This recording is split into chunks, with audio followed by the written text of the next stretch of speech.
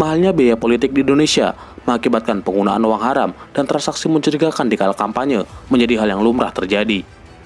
Pada Pilpres 2019 misalnya, total dana kampanye Prabowo Sandiaga Uno mencapai 213 miliar rupiah, sementara dana kampanye Jokowi Ma'ruf Amin tembus 606 miliar rupiah. Sedangkan pada pemilu 2014, total dana kampanye yang dikeluarkan tim Jokowi Yusuf Kala sebesar 293 miliar, sedangkan tim Prabowo Hatta sebesar 166 miliar. Lantas, bagaimana dengan Pilpres 2024 mendatang? Menurut laporan awal dana kampanye KPU, pasangan Prabowo Gibran mencatatkan dana kampanye terbesar dengan total nilai 31 miliar rupiah.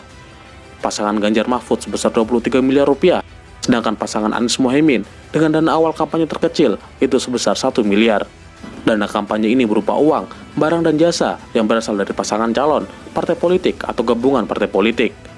Aturan sumbangan dana kampanye Capres dan Cawapres yang berasal dari perorangan maksimal sebesar 2,5 miliar, sementara dari perusahaan paling besar senilai 25 miliar. Masalahnya, tidak transparannya partai politik, tim kampanye Capres-Cawapres, dan celah dalam sistem KPU menyebabkan peluang masuknya dana-dana haram sangat besar. Banyak persoalan yang kita hadapi, tetapi saya yakin, seyakin-yakinnya, dengan ridha Allah, dengan kebersamaan kita akan bangun kembali Indonesia, bangkit menuju negara yang lebih berjaya. Pada Pilpres pertama di Republik ini, laporan dana kampanye pasangan Capres-Cawapres yang maju pada Pilpres 2004 terindikasi manipulatif. Rohmin Dahuri selaku Menteri Departemen Kelautan dan Perikanan mengaku telah menyalurkan dana non-budgeter DKP yang seharusnya digunakan untuk pembangunan dan kegiatan sosial untuk dana kampanye Capres-Cawapres pada pemilu 2004. Aliran dana ini mengalir ke rekening para Capres-Cawapres dengan rincian Wiranto Salahuddin Wahid sebesar 220 juta, Megawati Hasyim Muzadi 280 juta, Amin Rais Siswono 400 juta, SBY Yusuf Kala 225 juta, Hamzah Agung Gumelar 320 juta.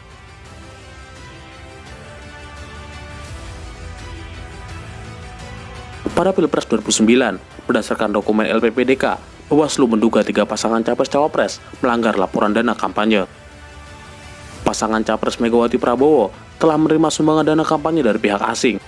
Sumbangan asing itu berasal dari PT Kertas Nusantara yang 70% sahamnya dimiliki pihak asing, yaitu Viola Investment Limited Mauritius, dan 30% dimiliki Langgas Offshore British Virgin Islands sebesar 5 miliar. Pasangan Yusuf Kala Wiranto ada 14 pemasukan yang tidak disetor ke rekening khusus kampanye, sedangkan pasangan SBY Budiono tidak melaporkan dana kampanye sebesar 3 miliar di laporan mereka. Pada Pilpres 2014, ada dana-dana kampanye mencurigakan untuk pasangan Capres-Cawapres yang dianggap melanggar aturan. Di kubu Prabowo Hatta, ada 34 penyumbang perorangan dengan total 1,9 miliar yang nomor identitasnya tidak jelas. Ada pula 8 penyumbang dengan total 1,7 juta yang tidak mencantumkan nama dan alamat yang jelas. Di kubu Jokowi JK, ditemukan adanya perusahaan penyumbang senilai 4 miliar yang alamat, nomor identitas perusahaan, dan nomor telepon yang tak jelas. PPATK mengungkapkan temuan transaksi janggal yang nominalnya diduga mencapai triliunan rupiah dalam dana kampanye pemilu 2024. Beberapa waktu yang lalu, Pusat Pelaporan dan Analisis Transaksi Keuangan atau PPATK mengendus adanya aliran dana kampanye yang bersumber dari pencairan kredit pinjaman BPR Bank Jepara Arta di Jawa Tengah. Dana tersebut disetorkan ke rekening seorang simpatisan partai berinisial MIA. Dana yang masuk ke rekening MIA mencapai 94 miliar rupiah.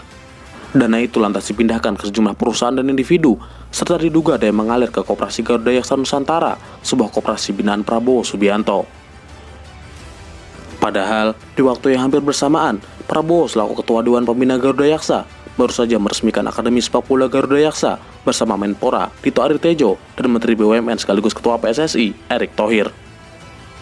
PPATK juga menyebut adanya peningkatan hingga 100% terkait transaksi yang diduga pencucian uang dalam kampanye pemilu 2024. Temuan-temuan ini kemudian dilaporkan kepada Bawaslu dan KPU. Di lain pihak, Ketua Gerindra Jawa Tengah sekaligus Sekretaris Umum Garuda Yaksa Nusantara, Sudaryono, membantah informasi tersebut dan menyebutnya sebagai fitnah yang sangat serius. Banalnya praktek-praktek kotor untuk memperoleh dana kampanye membuktikan betapa besarnya logistik yang dibutuhkan dalam kontestasi politik. Segala cara akan dilakukan untuk mengeruk suara demi merebut kursi kekuasaan. Sampai jumpa, salam Universe.